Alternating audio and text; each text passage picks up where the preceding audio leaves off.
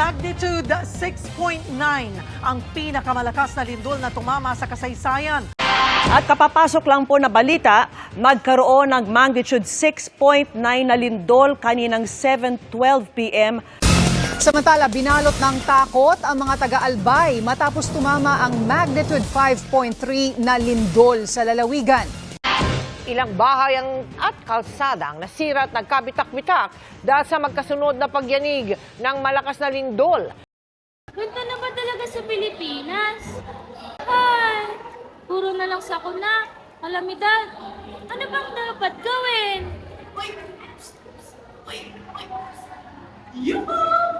Dito ang tingin!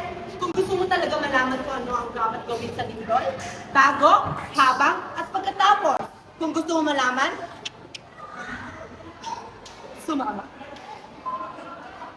Hi! This is not Lance! This is Carl! So ngayon, magbibigay kami ng 5 halimbawa kung ano ang dapat gawin bago ang lindol. Wow. Ano po ba yung lindol? Magandang katanungan na, boss. Ano nga ba ang lindol, class? Ang lindol, ito ang biglaang pagyanig ng lupa kung saan nakasisira ito ng buhay, kabuhayan, ari-arian, kapaligiran at kalikasan natin. May idea ba kayo kung ano ang mga dapat gawin bago ang lindol? Ma'am, yes, Divine?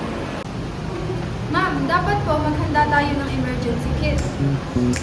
Mahalaga na magdala o may dala tayong emergency kit sa tuwing may sakuna na nangyayari para maagapan ang mga posibleng sugat o galos na matatamo pagkatapos ng sakuna. Maaari itong maglaman ng flashlight, pagkain, cable, alcohol, battery at mga gamot. Maaari ring magamit ang whistle upang humingi ng tulong.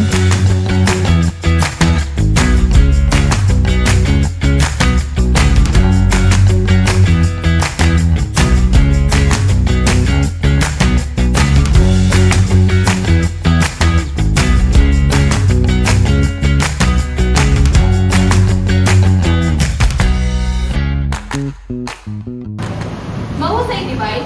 Meron pa? Ma'am! Yes, Gina? Maaari po tayong maghanda ng go-to bag. Maghanda ng emergency go bag. Ang paghahanda ng emergency go bag ay mahalaga dahil madali itong mabitbit habang may sakuna na nangyayari, dahil mas mabilis makakalikas ng mga tao, dahil nagbibigay ito ng sapat na supply sa loob ng 24 hours.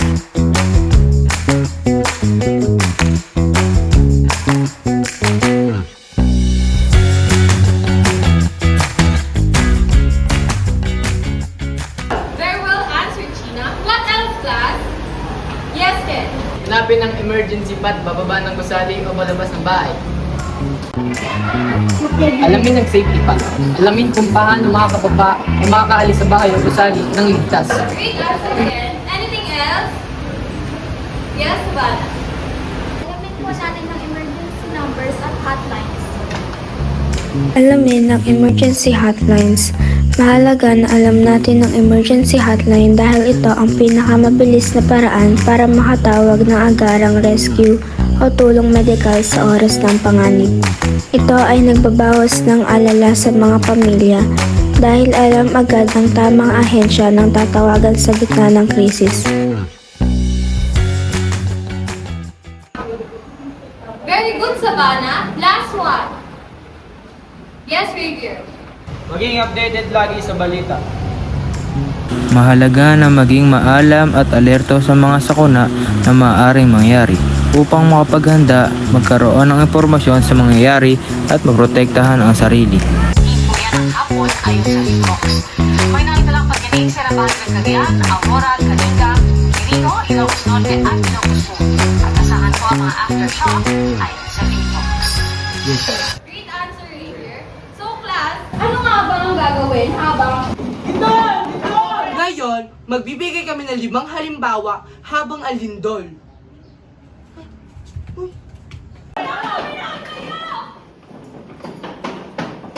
Una, mag-back cover and hold. Protektahan mo muna yung ulo mo, ano hintay mo pang bagsakan yan. Wow.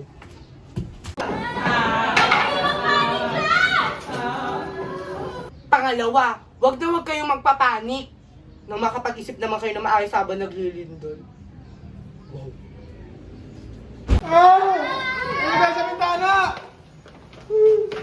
Pangatlo, lumayo-layo kayo sa bintana, mami, basagot pa kayo niyan.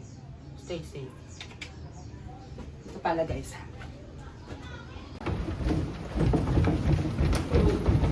Pang-apat, lumayo sa mga kabineto kaya mabibigat na bagay. Ano, hintayin mo pang mapisat ka niyan. Wow.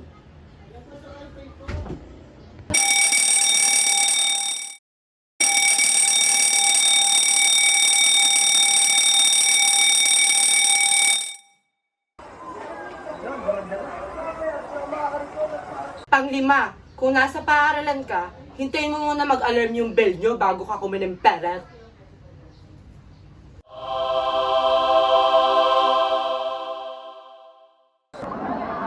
Mga dapat gawin pagkatapos ng lindol.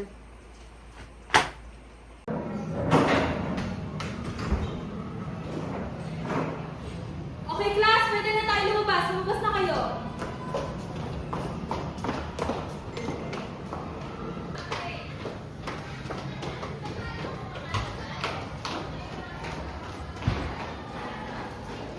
Una, bumaba o lumabas ng gusali ng maayos at hindi tumatakbo para sa kaligtasan ng sarili at ng lahat.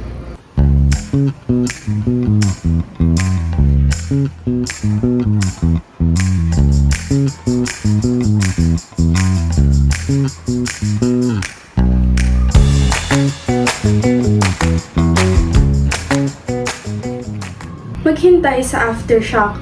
Huwag munang babalik ng gusali o sa loob ng bahay pagkatapos ng lindol kung hindi maghintay ng ilang minuto sa labas kung saan ligtas upang hintayin kung may susunod pa ba sa lindol.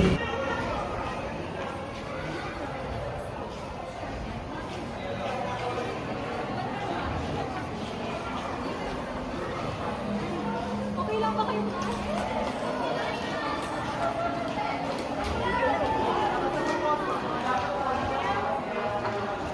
Tingnan ang sarili at ang bawat isa upang malaman kung may nasaktan ba o nagkaroon ng galos upang makahingi ng agarang tulong.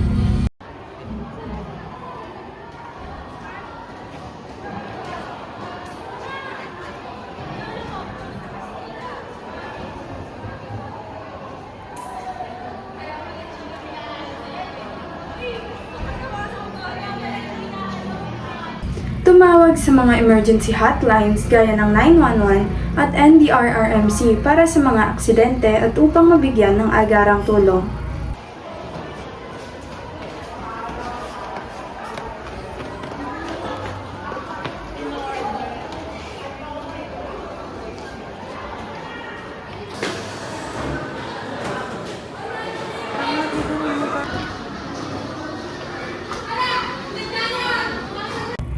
Tingnan ang mga bahay o gusali kung nagkaroon ba ng sira o bitak upang makaiwas sa panganib at para sa kaligtasan ng lahat.